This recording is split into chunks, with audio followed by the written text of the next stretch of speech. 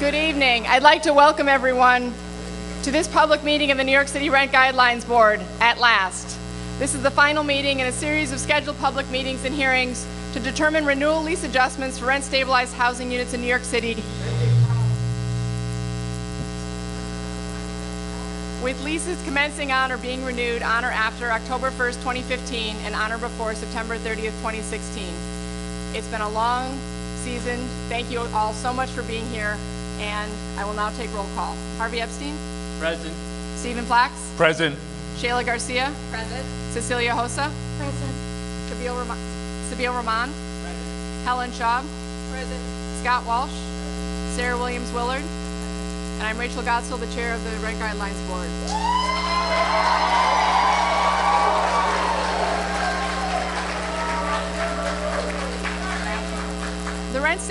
So again, this is obviously a crowd who knows this well, but the rent stabilization law applies because New York City continues to suffer from an emergency as a result of the housing shortages. Recently released data from the 2014 Housing and Vacancy Survey indicates that low vacancy levels, 3.45% citywide for all rentals, 2.12% for rent-stabilized units, trigger the need for the Rent Guidelines Board to continue to act in furtherance of the law's purpose of preventing the exaction of unjust, unreasonable, and oppressive rents. Under the law, the ultimate goal is for New York City to transition to a normal market of free bargaining between landlord and tenant. However, the RGB is in operation until a competitive market exists. The purpose of the law and the role of the RGB are to protect tenants from excessively high rents while also ensuring that owners can pay for necessary costs and receive a fair return on their investment. Our specific mandate under the law is to review the economic conditions of the residential real estate industry, including such factors as real estate taxes and sewer and water rates, gross operating maintenance costs, cost and availability and interest rates for financing, supply of housing and vacancy rates, relevant data from the current projected cost of living indices for New York City, and such other data has been made available to us. Along with the data affecting owner costs, it is well established by courts that this mandate permits the RGB to consider the economic conditions facing tenants that affect their ability to pay increasing rents. The public hearings we held in the Bronx, Manhattan, Brooklyn, and Queens provided us with an opportunity to hear from a significant number of owners and tenants. We heard deeply sympathetic stories from both tenants and owners of small buildings of acute financial struggle and the desire of tenants to take care of their homes and families. Those who attended the hearings and presented their own stories clearly share a love of New York City and a desire to ensure that its neighborhoods thrive and remain diverse. The individual accounts provide a human face for us as we reviewed the voluminous data concerning the income and expenses of owners, as well as the marketability and financing available to rent-stabilized building, the income and affordability for tenants, and the housing supply in New York City. The experiences and challenges of tenants and owners underscore the importance of this decision to the people of New York City.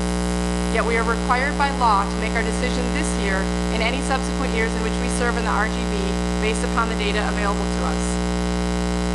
As many of you may know, we have a custom of going back and forth between owners and tenants for the first proposals.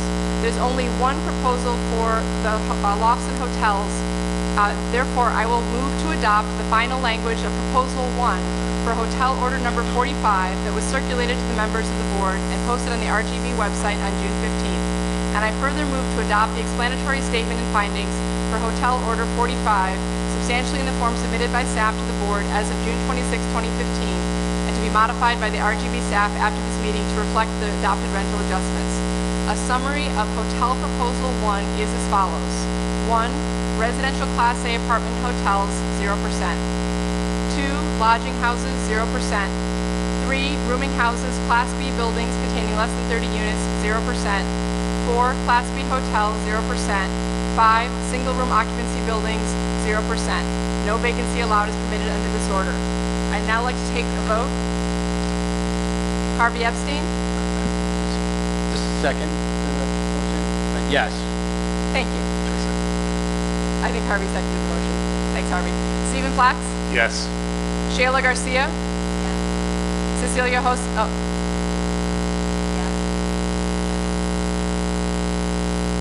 Yes. Cecilia Hossa? Yes. Sabeel Rahman? Yes. Helen Schaub? Yes. Scott Walsh? Sarah Williams Willard? Rachel Gotzel, myself, yes. The motion passes with a vote of 7 yeses and 2 abstentions.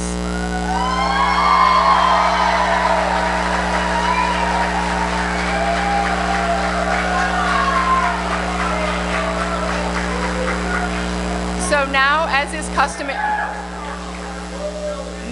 is customary, we will move to allow either the owners or the tenants to make the first proposal. Last year, the owners made the first proposal. Therefore, this year, the tenants have the opportunity to make the first proposal.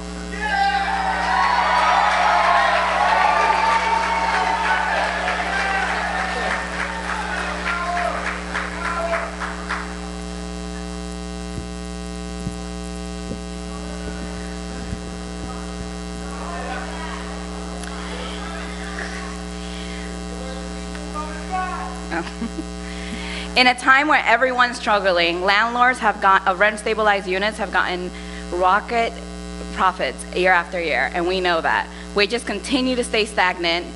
Our wages are not going up, they aren't better.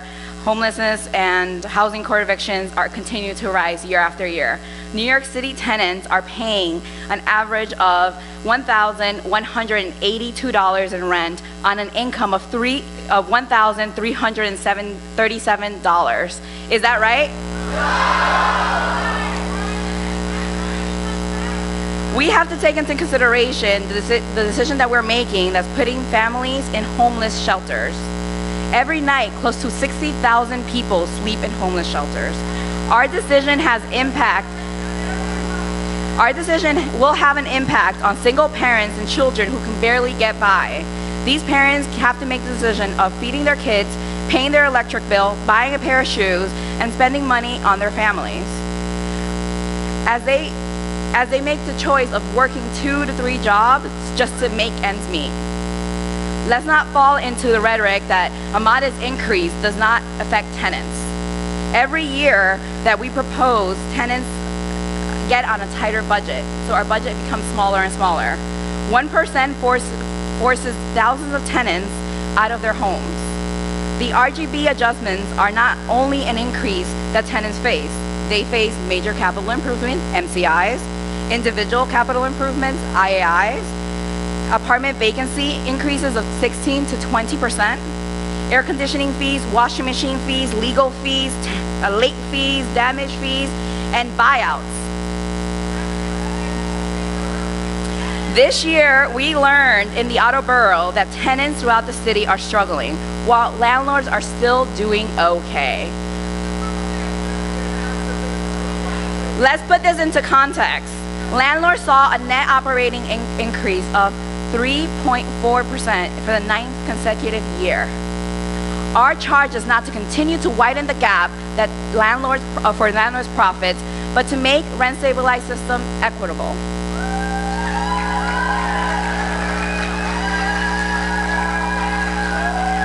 The median rent for stabilized apartments went up 11.9% between 2011 and 2014. 6.3% above inflation. Incomes rose of 5% in that same period, 0.3% below inflation. Our decision has real impact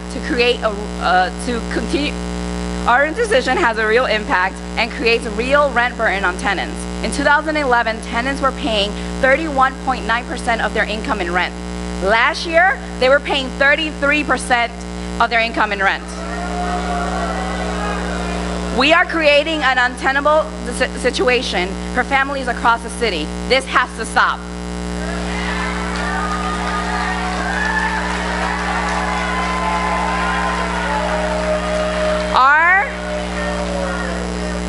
Our mandate is to stimulate a fair rent levels for both landlords and tenants. Time and time again, we've ignored our mandate. The board has continuously ignored its mandate to make a fair decision. As tenants' representative, it's my responsibility to balance that in this vote. The data supports a rent rollback, but we don't have the votes to make that happen.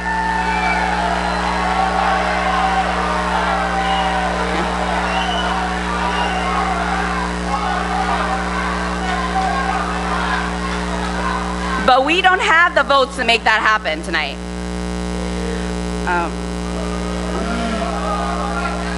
So I am proposing what I think is best option for tenants, and given the data that says that landlords have been making profits, this is why I'm asking for us to have an adjustment of 0% for a 1-year lease, 2 for a 2-year lease. Again, I'm going to encourage you all to think about what kind of city we want to live in, and vote for a 0 for a 1-year lease and 2% for a 2-year lease.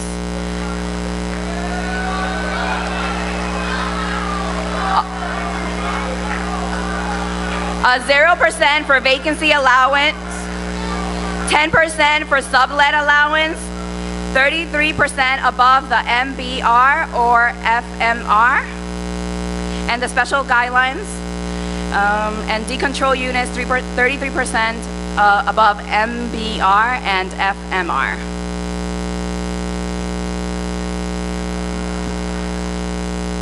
I'd like to second that motion. Do you also move to adopt the explanatory statement and findings for apartment and loft order number 47? Yes. So 0% for a 1-year lease, 2% for a 2-year lease.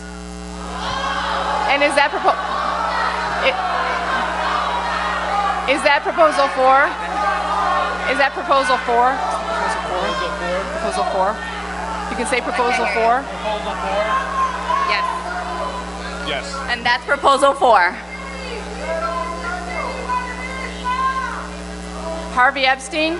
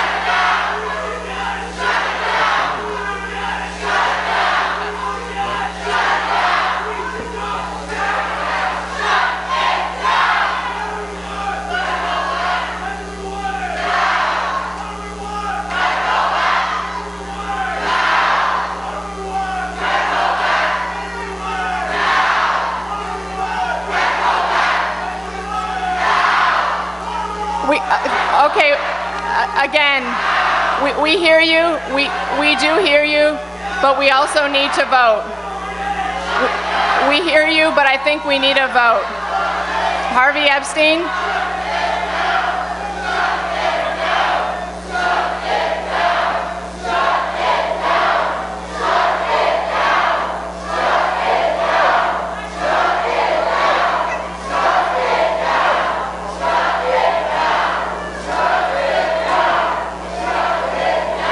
Harvey Epstein? So tonight, everyone, let's realize this is not a marathon. This is a marathon, not a sprint. And today, we have an option to have a historic rent freeze in the city of New York. 46 years. 46 years of landlords' constant rent increases. 46 years of landlords getting increases year upon year. 46 years of not following their responsibilities on the Rent Guidelines Board. Today, we take a stand and say that a 0 is a huge victory. Today, we take the stand and say, as a community, we stand together. We stand here to say, we are going to be here today, we are going to be here tomorrow, we're going to be here next year. This is about the future, this is about our community, and I support a 0 and 2. I vote yes. Today's the day for the tenants. Today's a victory for the tenants. While we don't get a rent rollback, a freeze is historic, and we'll be back next year to keep doing better and better until we get what we want. I vote yes.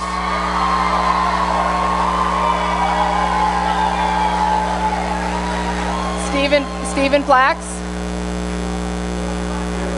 Yes.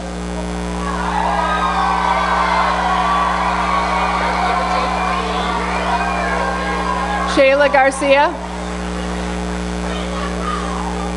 Yes. Cecilia Hosa?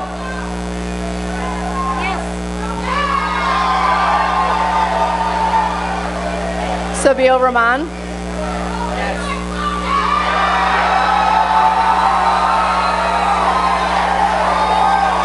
Helen Schaub?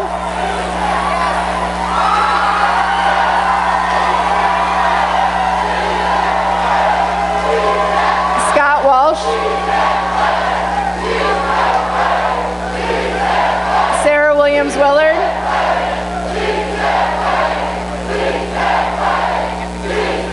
Good luck to her.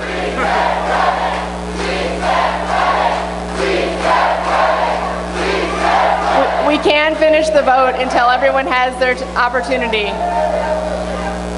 Thank you. Sarah Williams Willard?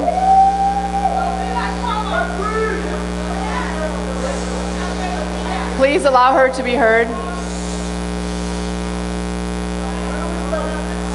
Thank you. I cannot do the job of public members for them. I cannot do the job of the public members. And I don't feel that this is, actually, I don't even feel it, I know it, that this is myopic, it's biased, and it's selective listening. Guys, Please allow her to be heard. guys, Please allow her to be it heard. is not impartial.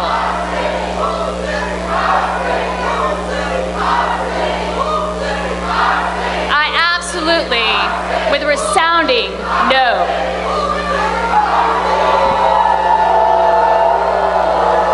What did she say?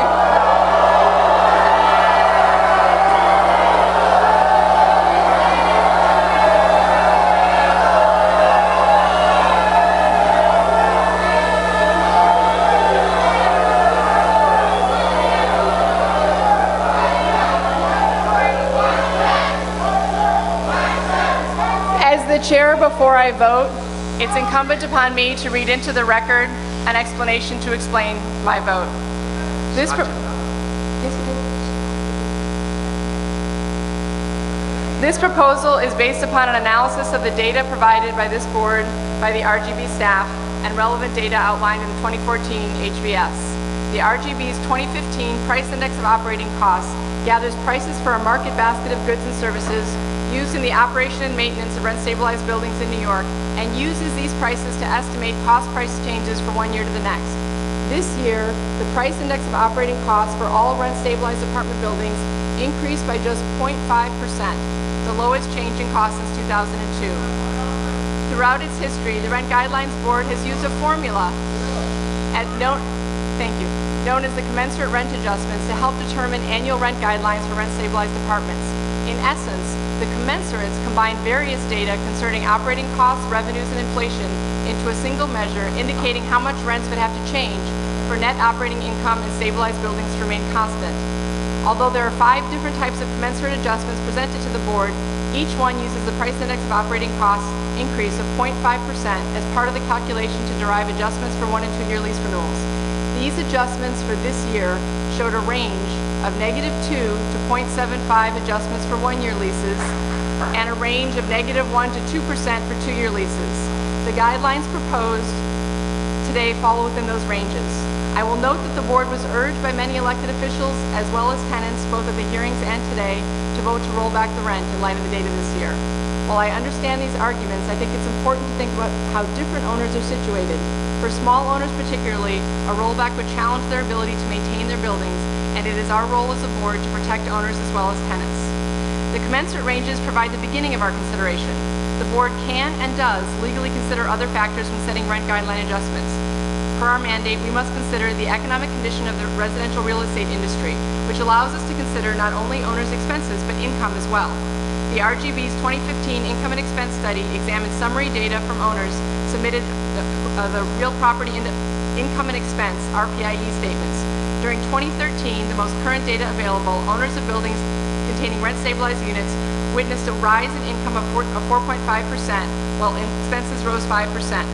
Even though the percentage growth in expenses slightly outpaced growth in income because the underlying income is higher than the underlying expenses, the owner's net operating income, its income remaining after costs, increased by 3.4%, which is the 9th consecutive increase in NOI.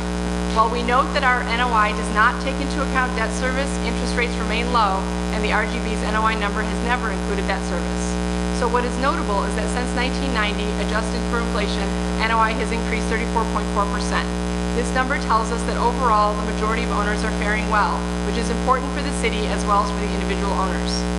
As stated earlier, it is well established by courts that the RGB can consider economic conditions facing tenants that affect their ability to pay increasing rents when setting renewal lease adjustments. This year, we are fortunate to have data from 2014 HVS to help us in our deliberations. One of the most significant statistics derived from this data is the median gross rent-to-income ratio for tenants living in rent-stabilized apartments.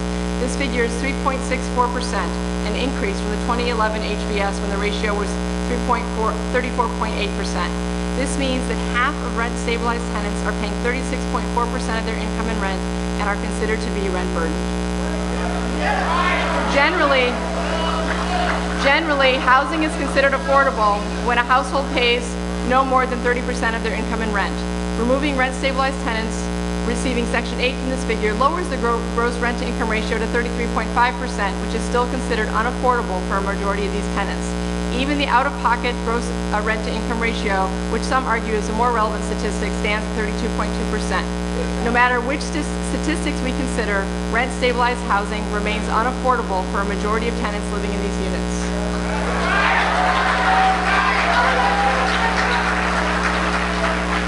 The median income for rental households was $41,500, an inflation-adjusted real increase of only 1.1% from 2010. Meanwhile, rent-stabilized tenants on the whole paid a median gross rent of $1,300 in 2014.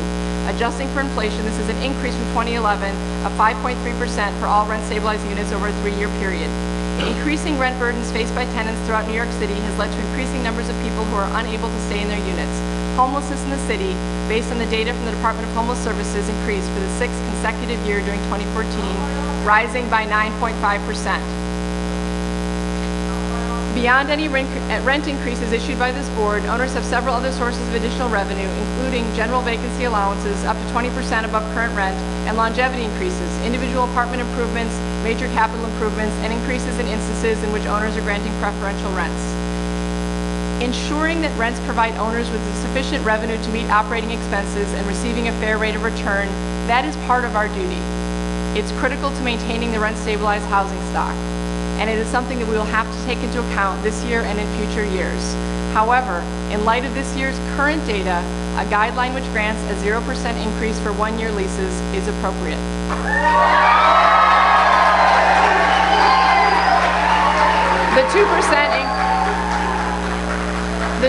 The 2% increase is warranted for 2-year leases to protect owners should unanticipated increases in costs in the coming 2 years arise. This board cares deeply about this city. The public members, the owners, representatives, and the tenant members, we all care about this city.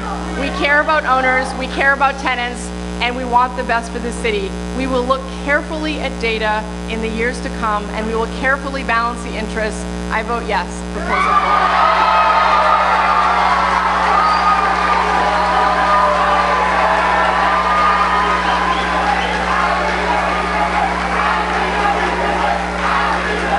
Proposal 4 passed. Second. Motion to adjourn, seconded.